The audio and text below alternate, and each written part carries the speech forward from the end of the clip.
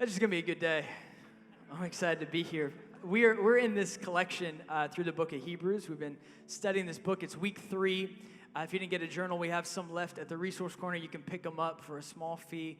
But our team put together this awesome thing we call the Hebrews Creed. And it's like this collection of power statements drawn from these 13 chapters of this book, this letter. And we've been saying it together. So it's going to get weird right away. So I'm going to count to 3, and then we're going to say this together. It's called the Hebrews Creed. You ready? 1, 2, 3. I live by faith and not by sight. The Lord is my helper, so I will have no fear. Since Jesus has gone through suffering and testing, he is able to help me when I'm being tested. I hold tightly to the hope of God's promise for my life. I encourage my brothers and sisters to do the same. I run the race God has set before me, and I'm not going back. Come on, one more time when you make some noise. I love it. You guys sound good. I'm going to take the next few moments we have together to talk to you from this theme. I'm not letting go. I'm not letting go. Could you turn to right, your left? Say hi, maybe 3 people. Tell them I'm not letting go as you grab your seat. I'm not letting go. I'm not letting go. I'm still not over it, and I'm not letting go.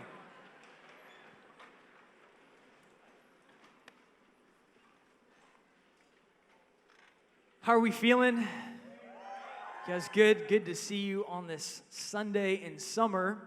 If you didn't know that each summer here at VOUS, we take some time to walk through a book of the Bible together. And we've been studying this letter we call Hebrews. Hebrews, we discovered over the past 2 weeks, is a letter written to Jewish Christians somewhere in like the 60s AD, so this ancient letter. And maybe right away that phrase sticks out to you, seems odd, Jewish Christians. Like, is that a thing? Or, I thought you're either Jewish or you're a Christian. Well, these people, the Hebrews, they believed that Jesus wasn't a new thing. He wasn't an add-on. He wasn't a departure. He was actually the fulfillment of their faith. They believed he was the thing they had been waiting for their entire lives. But the challenge for them was that it wasn't easy to be a Christian. Because even though they thought that they were still being Jewish, a lot of their friends and family and neighbors disagreed. And so often they were isolated or ostracized or cut off from the people they loved the most. And it was not an easy thing. It's hard for us to fully understand or appreciate their society because they didn't have this thing called separation of church and state. To them, it was all mixed up together. So their daily lives were wrapped up in being Jewish. In their faith, it was not only what they believed, it was who they were. So, at a deep level, it was central to their identity. But then at a practical level, it was central to society. So their daily life was affected by what they believed. And it was not an easy thing to believe differently. And on top of that, it wasn't easy, but also it wasn't really cool yet. So if you wait a couple hundred years, it'd be all the rage when Constantine decided this is the official religion of the Roman Empire in the 4th century. But before then, it was kind of this odd offshoot of Judaism. And what exactly is it? It was called the Way at the time. And then it started to be perceived as a threat by the Roman Empire, and then all of a sudden a Christian became a very dangerous thing to be, and people started losing their lives for their faith. So it wasn't easy, and it wasn't cool, and the question they started asking, I think the question for us today in 2019, especially if you're American and especially if you're a millennial, is if it's not easy and it's not cool, why on earth would I want to be a part of it? Why should we be Christians? That was the question that these first century Jewish people were asking themselves, is following Jesus really worth it? What's it going to cost me, and is it a price that I'm willing to pay? And I wanted to ask you like this today, what do you do when your belief no longer makes your life better? What do you do with that when maybe you make a decision or you take a stand and all of a sudden things don't get better, they get worse? Life doesn't get easier, it gets harder. And I think a huge challenge for us today is that we've been sold this off-brand version of Christianity that says pray your problems away and believe the bad things away, tithe your troubles away, and whatever you ask for, you get. And it's just not true. It's not how it works. Maybe you grew up in a Christian home and now you're 25 and you live in Miami and you're starting to wonder, like, is it still serving me? Like, is it still something that I should do? Maybe you feel like your faith is holding you back, like in your dating life. Because you got these things, they're called standards. And you're going, man, if I didn't have these, I could just do whatever with whoever, whenever, and it'd be a whole lot easier. Maybe you feel like it's holding you back on the weekends because you got this thing, it's called conviction. And you're going, man, it would be a whole lot easier if I didn't feel bad and feel guilty. I could just enjoy my life and do what everybody else is doing. We said it last week, going against the grain, going against the current, going against the culture brings resistance. And maybe it's just wearing you out. I'm tired of swimming upstream. It'd be a whole lot easier if I could just let go and just be carried along with everybody else. Is it really worth it, being a Christian? Is it really worth the cost? Maybe you're considering, like, you know what if I just, like, cut out all the religious stuff and I just, like, kept all the inspiring practical stuff? Like, just the good quotes and stuff. Like, what if I kept, like, do unto others as you would have them do unto you? Everybody loves that. But what if maybe I'd just leave out, like, to live as Christ, to die as gain? Like, that's a little bit extreme. I don't know if I want to be part of that, you know? Maybe what if I just kept, like, the Psalms and the Proverbs and the parables of Jesus, and I just cut out, like, Leviticus and Deuteronomy and the letters of Paul and the letters of Peter and the letters of James? What if I just kept all the good stuff and cut out all the hard stuff? Is it really worth the price that I have to pay? Is it worth it to be a Christian? This is where the early Jewish Christians found themselves, in the tension between options. Do I keep going forward with the hard thing, or do I just go back to the easy thing? Do I just do what everybody else is doing? And I think that's where we find ourselves today. You know what? I actually do believe that, like, being a Christian will make your life better.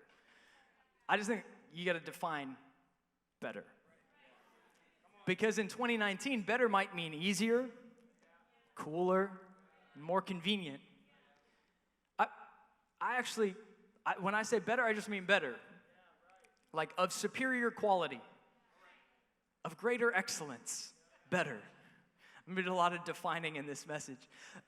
Can I just be honest? Like, Christianity won't make your life easier, but it'll make it better. It won't make your life more convenient, but it'll just make it better. It may not make your life cooler. I don't know, I mean, it's pretty cool, if you come here. But regardless, it's going to make it better. Is it really worth it? Is it worth it? Is it worth it? And I wrote it this way. Christianity, it's not going to make your life cost nothing. It's just going to make your life worth something. This may be your first time in church, but you don't need divine revelation to understand the principle. Everything that is worth something costs something. There's no value without a price. And so, for God, a relationship with you is worth everything. The question is, what is it worth to you? He was willing to pay the ultimate price. What price are you willing to pay? This is where these people found themselves, and they were wondering, is it really worth it, or should I just let it go and go back? So this, like, anonymous writer of Hebrews, they sit down to answer the question, why even be a Christian at all? And that's where we go to the text, Hebrews chapter 4, verse 14. He says, therefore, or she, we see this word a lot in Hebrews, like in light of everything that's come before and everything that's going to be stated, like in Hebrews chapter 1, Hebrews 2, Hebrews 3. Therefore, since we have a great high priest who has ascended into heaven, Jesus, the Son of God, let us hold firmly to the faith we profess. Now, I see two big things that the writer's going to encourage us to do in our text today. The first thing is he's telling us we got to hold firmly to faith. Hold firmly to faith. I love film. Now, there are levels of pretentiousness. when it comes to talking about film.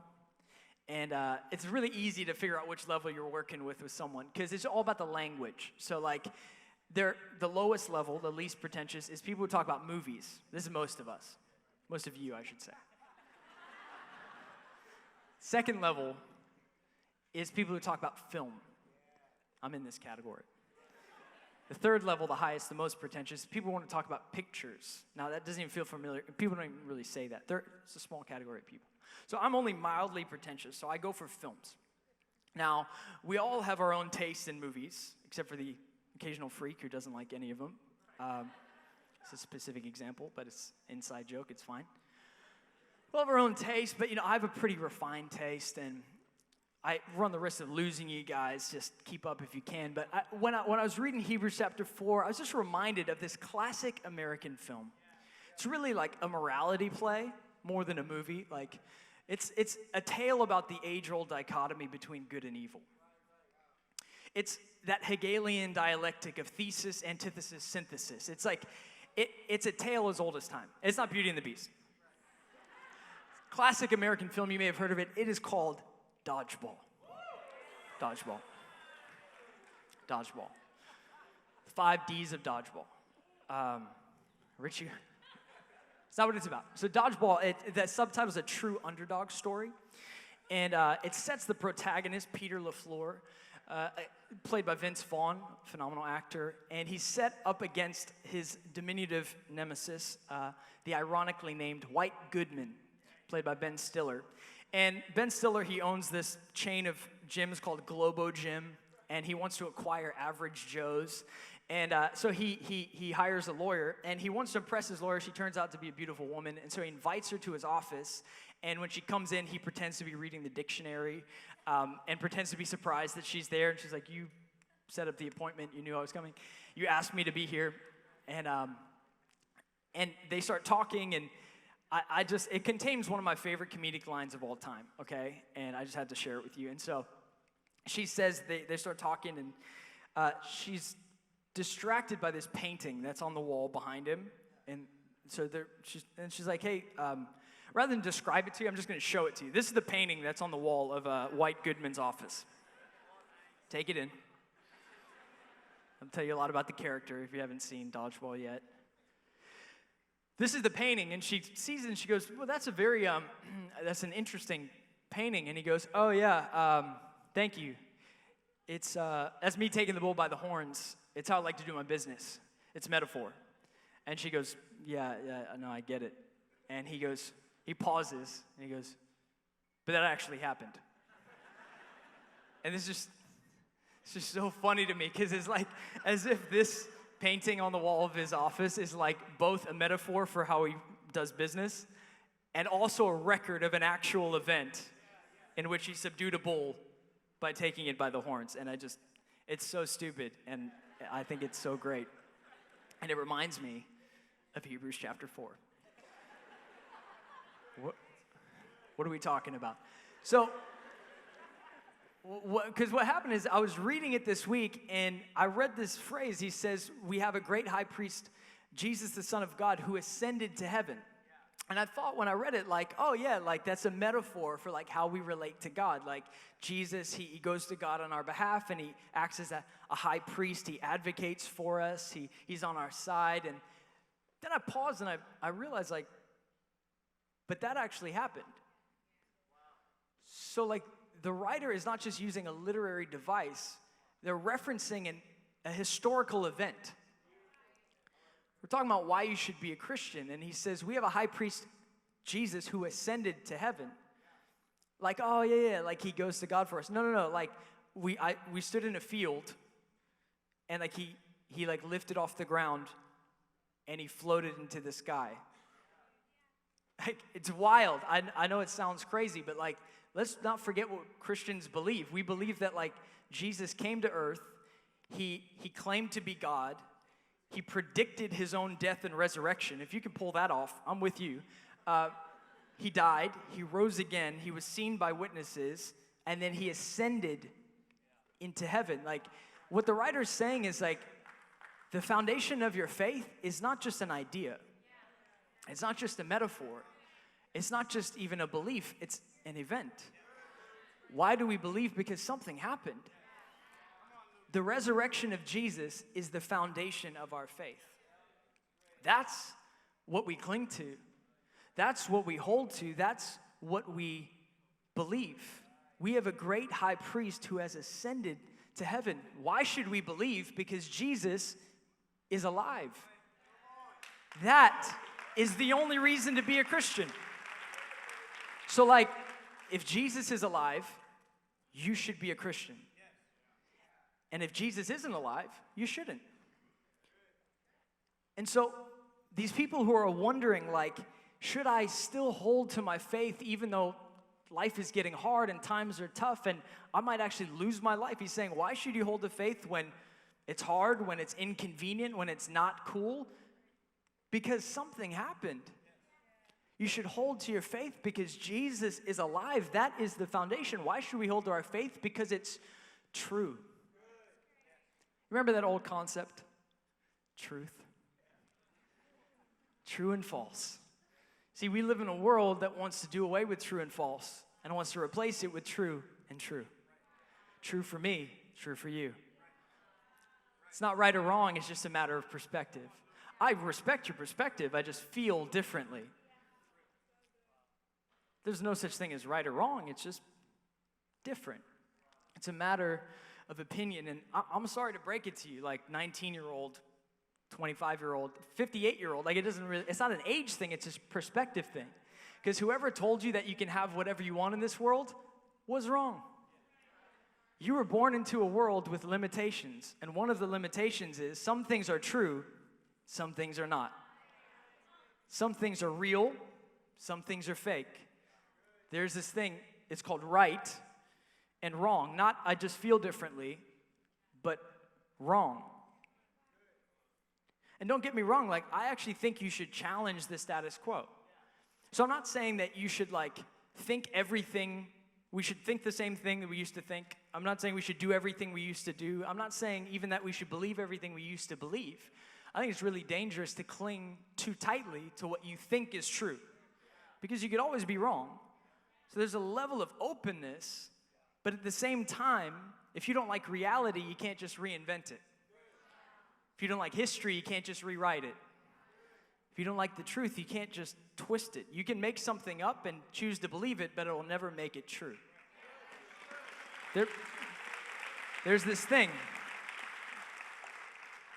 It's called right and wrong. It's called true and false. And the writer, he's encouraging these people who had already decided what they believed.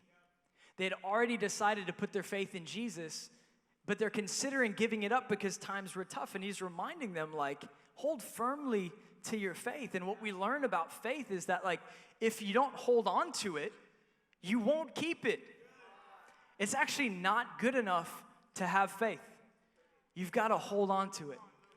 It's not good enough to become a Christian. You have to stay a Christian.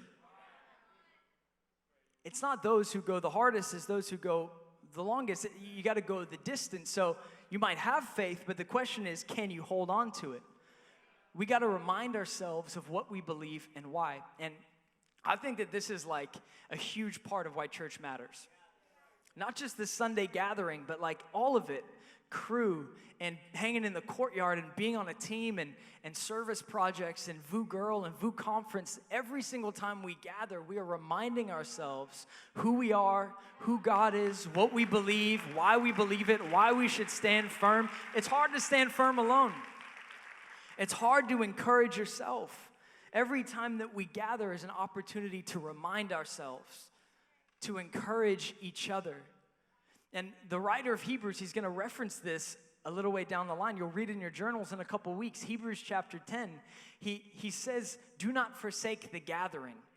Don't forsake the assembling. Don't give up on getting together. And he uses this phrase I love. He says, but let us consider how we may spur each other on.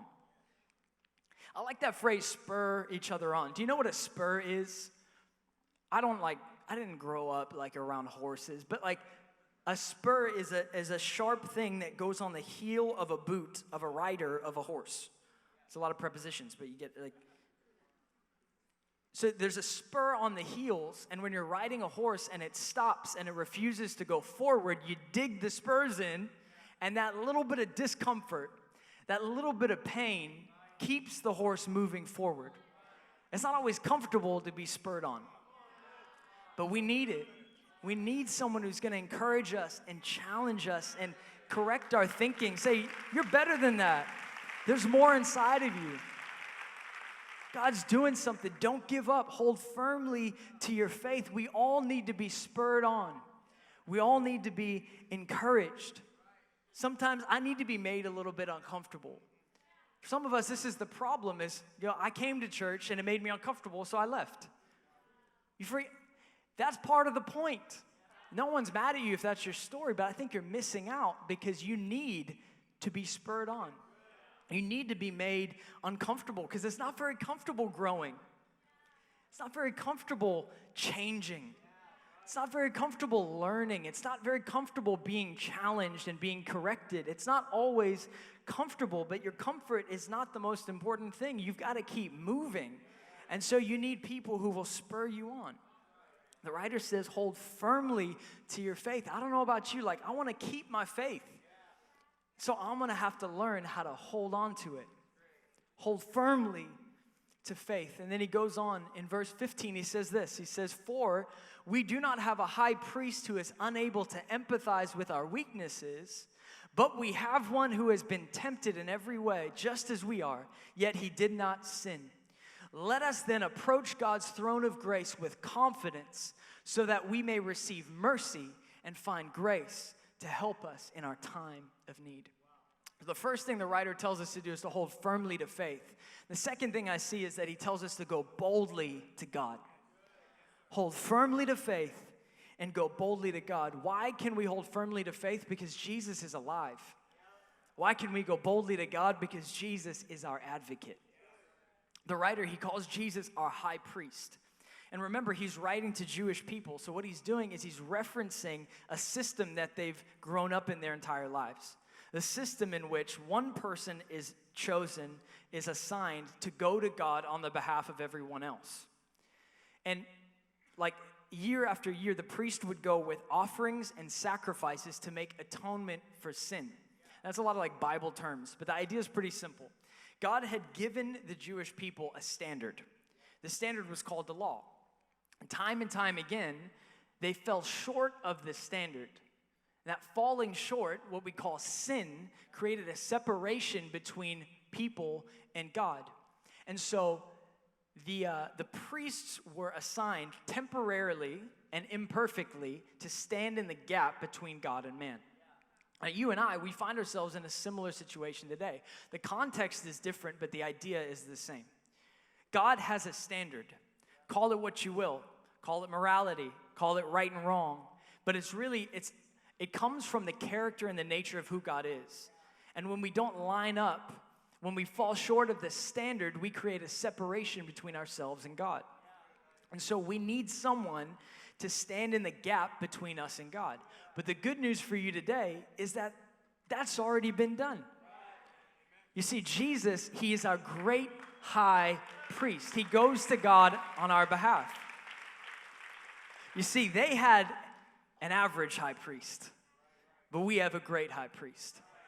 You see, the great high priest, year after year, century after century, would go to God with the same old sacrifices and offerings and petitions and pleas, and he would never solve the problem.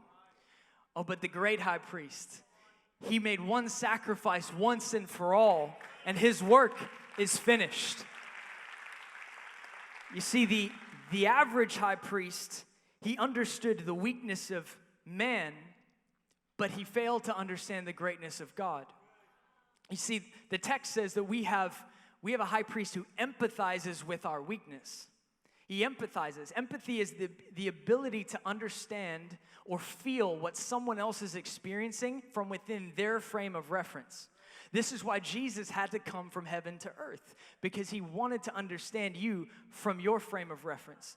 The problem with the Old Testament priests is that they knew human weakness a little bit too well. They were just as bad as the people they were advocating for. They needed mercy just as much as the people they were pleading for. But Jesus, he's not an average high priest, he's a great high priest. He's not an average high priest, he's a great high priest. You see, the average high priest, he understood the weakness of man, but he fell short of the greatness of God. The great high priest, he understands the depths of man's depravity and the heights of God's glory. See, the average high priest, he spoke from earthly experience, but he knew no heavenly wisdom. The great high priest, he came from heaven to earth to discover the ways of man and to disclose the ways of God. But best of all, the average high priest had to kill to cover his sins. The great high priest died to cancel yours. Come on, is anybody grateful that Jesus is our high priest? He's not average. He's a great high priest. I love how the writer says it in the Message translation, Hebrews chapter 10. Every priest goes to work at the altar each day, offers the same old sacrifices year in, year out, never makes a dent in the sin problem. As a priest, Christ made a single sacrifice for sins, and that was it. Then he sat down because he was done, right beside God, and waited for his enemies to cave in. It was a perfect sacrifice made by a perfect person to perfect some very imperfect people. And because by that single offering, he did everything that needed to be done for everyone who takes part in the purifying process. See, Jesus, he did everything that needed to be done for you. But this is where we kind of take a turn. Because he didn't do everything that needed to be done by you. So Jesus said, it is finished, but that meant his work was done. But where the work of Jesus ends, that's where your work and my work begins. Now we have been invited into the process. Don't you just love the process? I don't know about, when I go to sleep, I dream about the process. It's like, don't even give me the meal, just let me cook the food. Don't even give me the abs, just let me do the workout. Don't even give me the knowledge, just let me take the class. Don't even give me the money, just let me do the job. Don't even give me the love, just let me raise the kids. I just love the process. It's like, it reminds me of all the songs and all the movies about the process of maintaining a healthy marriage. You've heard them, you've seen them. Is it? No one raves about the process. No one celebrates the process except for hipsters with their coffee. We get it, man. Just give me the product. I don't want to go through the process. But you see, Jesus went through his process. It's called justification. And the result is your forgiveness. Now you're invited into your process. It's called purification. And the result is godliness. So he went through his process. Now you need to go through yours. Just because you've been forgiven does not mean you're godly. Someone said amen. It's like, my sister's been a Christian for 10 years. She's still mean. These are different processes. When we mix them up, we get messed up.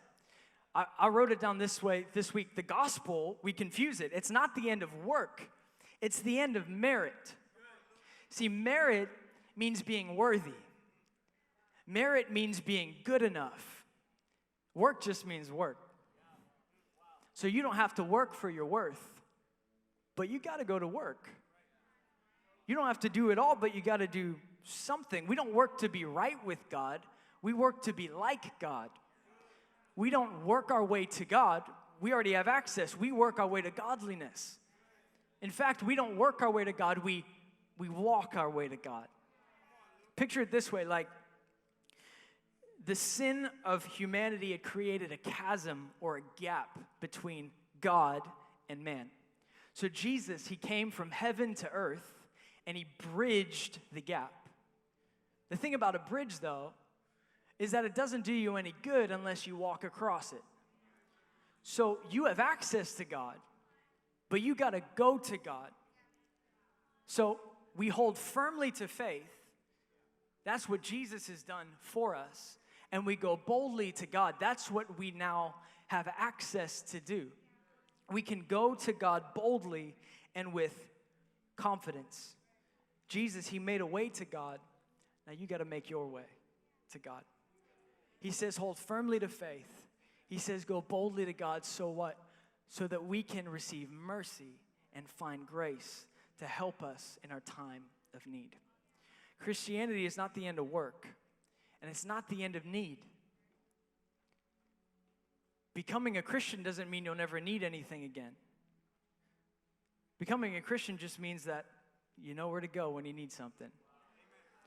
And we can go to God confidently because of what Jesus has done, and we will receive what we need. Not what we're praying for necessarily, not necessarily what we think we need, but we're going to receive two things that we desperately need, whether we know it or not: mercy and grace.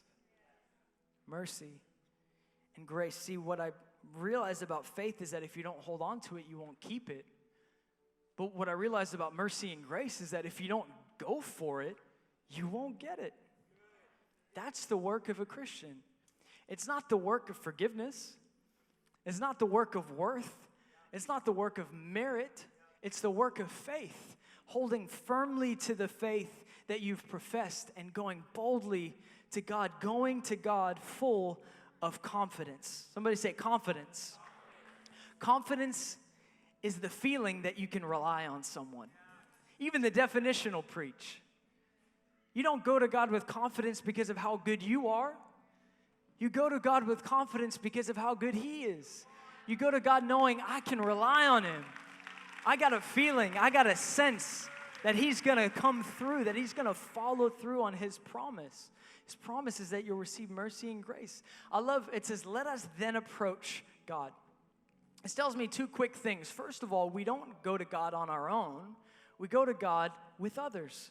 It says, let us approach God. That's what we're doing today. It's easier together. It's hard to stand firm alone. But it also says, let us then, which means we don't go to God in our own time. We go to God in order. Like there's a rhythm to it. There's a timing to it. Let us go then. When we have fully come to appreciate and experience that Jesus is our high priest. You see, it's not until you can appreciate and understand the work that Jesus has done for you that you can do your work that He's called you to. You see, you'll never have confidence in your work if you don't have confidence in His work. So you have to start with the gospel. You have to start with His work. You got to start with what He's done for you. But you can't stop there.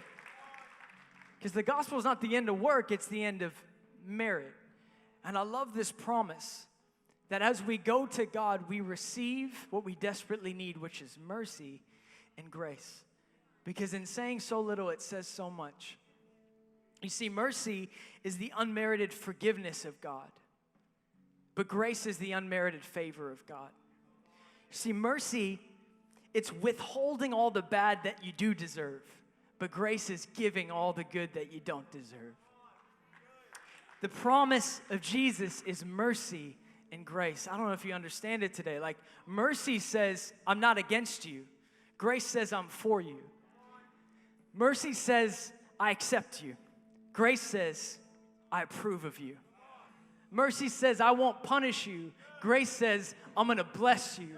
Mercy says, we're no longer enemies. Grace says, let's be friends. Mercy says, I won't drive you away. Grace says, I want to draw you close. Mercy says, I don't hate you.